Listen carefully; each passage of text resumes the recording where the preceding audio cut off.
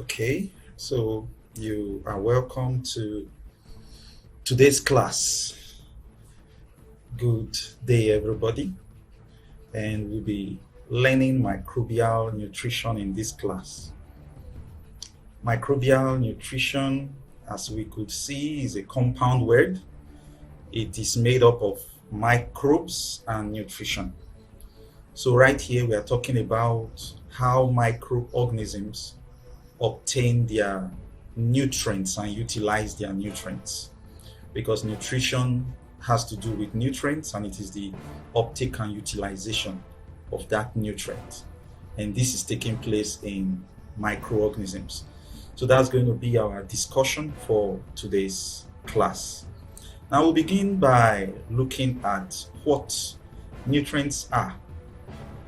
As we can see, nutrients generally are substances that are used in synthesizing biomolecules. These substances are used for the production of energy also by whatever cell that is utilizing the nutrient. By biosynthesis here, we mean the biological production of a particular macromolecule. That macromolecule could be protein, it could be carbohydrate. Now, how they are being manufactured is biosynthesis, and nutrients are those substances which is used in that manufacture. Then we also want to talk about nutrient requirements. What are the requirements by the microbial cell for nutrients? Microbial cell, they compose about 95% dry weight, and this is made up of major elements. These elements are what constitutes the nutrients that the organism needs, notable amongst which is carbon, oxygen, nitrogen, potassium, calcium, magnesium, and others. So these are various nutrients that the microorganisms need. However, we would want to categorize nutrients or classify nutrients or elements, as the case may be, into two. First are the macronutrients, which we also call macro elements. Now, the macro elements, as the name implies, macro, they are required by microorganisms in relatively small amounts. In other words, they don't need relatively large amounts, rather. They need these nutrients in large quantities. That's why it is called macro. And notable amongst these macro elements are carbon, oxygen, and hydrogen. These are the major macromolecules which are needed by any organism, in this case the microorganism, in large amounts. But in addition to carbon, oxygen, hydrogen, we also have nitrogen, sulfur, and in fact all these ones listed here. Now, for potassium, calcium, magnesium, and ions, which also constitute part of the macronutrients, they exist in the cell as cations, but all of them are required by the microorganism in large amounts.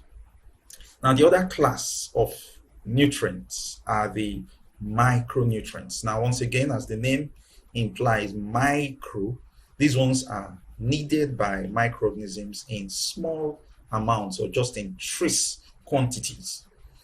Typical examples of these group of nutrients include manganese, zinc, cobalt, nickel, copper, and others. Now, these micronutrients, they constitute parts of enzymes or parts of cofactors, so they could be cofactors.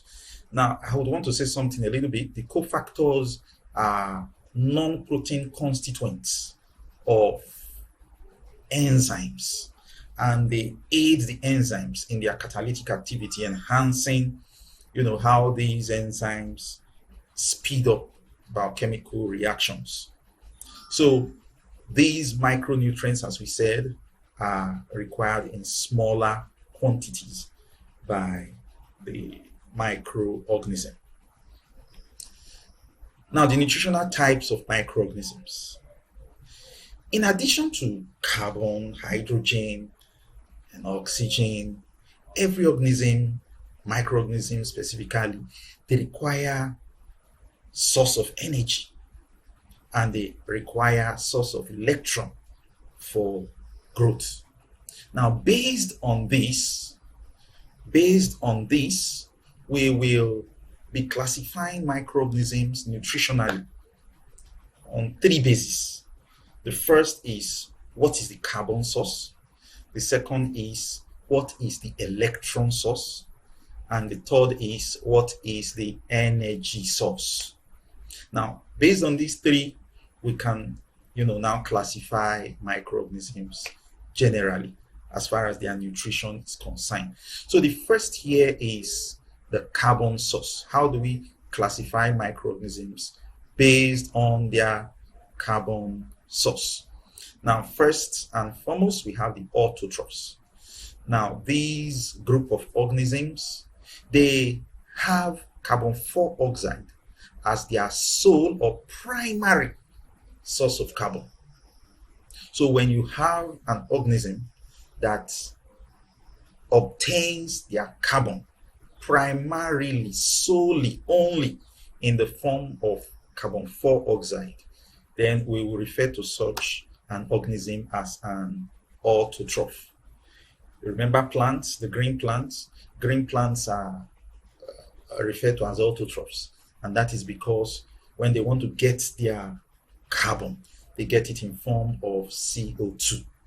So here also, this group of organisms, this group of microorganisms, since they obtain their carbon in form of CO2 primarily, solely, they are referred to as autotrophs. Now, on the other hand, there are these other group of microorganisms, which we will call the heterotrophs. Now, heterotrophs do not obtain their carbon in form of CO2, but rather in form of reduced organic compounds, preformed in the sense that these organic compounds have already been formed, as well as from other organisms. So when we are talking about a carbon source and we are obtaining that carbon source from maybe carbohydrate, any organic molecule that has been formed previously, then those group of microorganisms will refer to them as heterotrophs. So based on carbon source, microorganisms can be classified either as an autotroph or as a heterotroph. Now, furthermore, we can classify microorganisms nutritionally based on how they, or from where they obtain their energy. And for the energy source, we have phototrophs and chemotrophs. For the phototrophs, this group of microorganisms use light as their source of energy, and that's why they refer to as photo. Now, these other group of microorganisms, the chemotrophs, they obtain their energy from chemical substances, but in this case, the oxidation of those chemical compounds. The chemical compounds can be organic, it could be inorganic in nature, but if the energy is from chemical substances, then we will refer to those microorganisms as chemotrophic microorganisms. So the energy source classification of microorganisms, we have the phototrophs and the chemotrophs. Also, as I said, we can classify microorganisms nutritionally based on from where they obtain their electron. When we say electrons, this is because electrons are usually transported, and this is another branch of nutrition which we'll look at subsequently in metabolism. And in metabolism, we'll come to see the movement of these electrons and what the electron carriers are and what the terminal electron acceptor is. But for now, what we are saying is that if you are to classify microorganisms on what is their source of electron, then we'll have number one, the lithotrophs. Now, this group of microorganisms obtain their electrons from reduced inorganic substances. Reduced inorganic substances. Then why the organotrophs obtain their electron from organic substances. So lithotrophs obtain their electron from reduced inorganic substances, while organotrophs obtain their electron from organic compounds. Now, these three mechanisms, whether carbon source, energy source, or electron source, that we use in classifying microorganisms, can now be used in broadly classifying microorganisms into 4 nutritional classes. And that is what we will look at right now. Now, the first are the photolithotrophic autotrophs, or we can also call them photolithotrophic autotrophs. Photolithotrophic autotrophs, or photoautotrophs, or photolithoautotrophs. Photolithoautotrophs. Photo there talks about their source of energy. And because it is phototrophic, photo, so their source of energy is light, as we have seen earlier. Then, because they are autotrophs, their carbon source is CO2. Remember that autotrophs obtain their carbon in form of CO2. Then they are lithotrophs because their source of electron is from inorganic hydrogen or inorganic electron source. So this is the first class or nutritional class of the microorganism. We will call them photolithotrophic autotrophs or the photolithoautotrophs, as the case may be.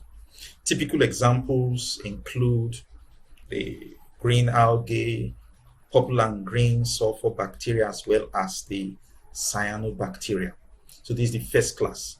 Now, the second nutritional class of microorganism are the photoorganotrophic heterotrophs. And we'll call this form of nutrition photoorganotrophic heterotrophy or photoorganoheterotrophy. If we break this word down again, photo indicates that their source of energy is from light. Then, if we look at organotrophic,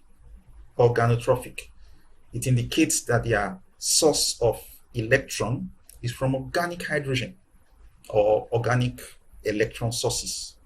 Then, when you consider heterotroph, it indicates that their carbon source is from organic compounds, though sometimes CO2 may also be used, but generally from organic compounds. So breaking these words down, photoorganotrophic heterotrophs say that this group of microorganisms obtain their energy from light, they obtain their electron from organic hydrogen or electron sources, and they obtain their carbon from organic carbon sources and sometimes CO2. Typical examples are the purple and green non-sulfur bacteria, which are very common in habitats of lakes and streams.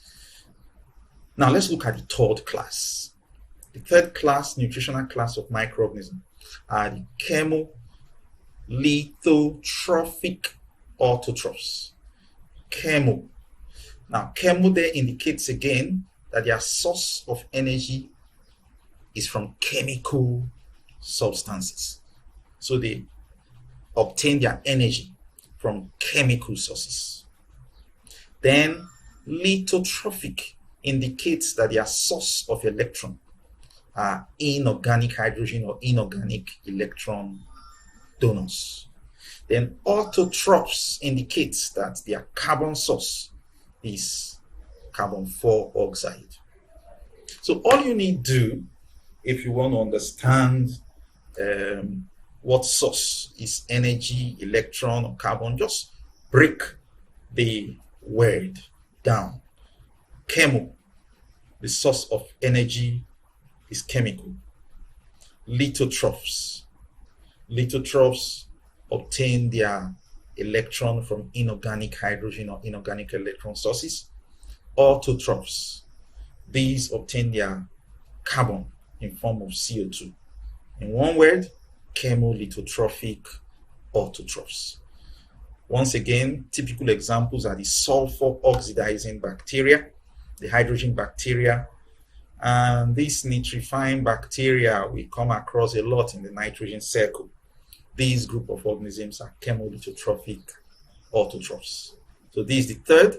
Then the last are the chemo-organotrophic heterotrophs. Once again, what we'll see is that we can break this word down to chemotrophs. Now, chemotrophs indicates that their source of energy is from chemicals, chemical energy, or from chemical organic sources. Then organotrophs indicates that their source of electron are organic hydrogen or organic electron donors. Then heterotrophs indicates that their carbon source, heterotrophs, indicates that their carbon source are organic carbon, not CO2. So chemo-organotrophic heterotrophs can be broken down into chemotrophs plus organotroph plus heterotroph. And chemotroph means source of energy, chemical. Organotrophs means their source of electron, organic hydrogen, or organic electron donors. Then heterotrophs indicates that their carbon source is from organic carbon. Now, the pathogens, I want us to take note of that. Pathogens, that is those group of organisms that cause disease, bacteria that cause disease in humans, in organisms. Pathogens are mainly chemo-organotrophic heterotrophs in nature. All right. Now, before we wrap up our discourse, we'll consider growth factors. But just before the growth factors, I would want to say here that there are special requirements by certain organisms. When I say special requirements, I mean they are not general in nature, but because of the particular or peculiar nature of that organism, then they might require certain peculiar nutrients. For example, if we are talking about the diatoms that produce silica, they require in their environment silicious acid. So, but those are not specific, or they're not general, they are specific to the organism. Now, we lastly want to talk about growth factors. Now, by growth factors, we are referring essentially to, certain compounds that is essential in the cell component of an organism, in this case of the microbial cell. They are essential, they form essential parts of the cell, or they form essential parts of their macromolecule. Now, many lack one or more enzymes, and hence they require organic compound because they are essential cell components or precursors of other components. By precursors here, we mean group of molecules that act as building blocks for building up larger molecules. So these growth factors, they either act as essential components of the cell or as precursors of larger compounds. Now, growth factors are broadly classified into three. The first are amino acids. You have to know this. These are the three major classes of growth factors. The first are amino acids. The amino acids, we can refer to them as precursors of proteins because they are needed for protein synthesis. The second class of growth factor are purines and pyrimidines. The purine and pyrimidines are actually nitrogenous bases, which constitutes part of nucleotides, and they form the building block for nucleic acids. So we can say that the purines and the pyrimidines are precursors for nucleic acid synthesis. And lastly, we have the vitamins. Vitamins are small organic molecules. They usually they make up part of enzymes or enzyme cofactors. They are required in just small amounts to sustain the growth of the microbial cell. Now, at this junction, I want to let us know that what we have just done is to look at, or is to see, the nutrients that microorganisms need for nutrition. And secondly, what we have tried to do is to classify microorganisms nutritionally. And we're able to see the four nutritional classes of the microorganisms. And lastly, we have seen the growth factors of the microbial cell. What we'll be looking at in the next class is how do these nutrients get into the cell. That is going to be our next class. Thank you very much for your time. I'll see you again in the next class.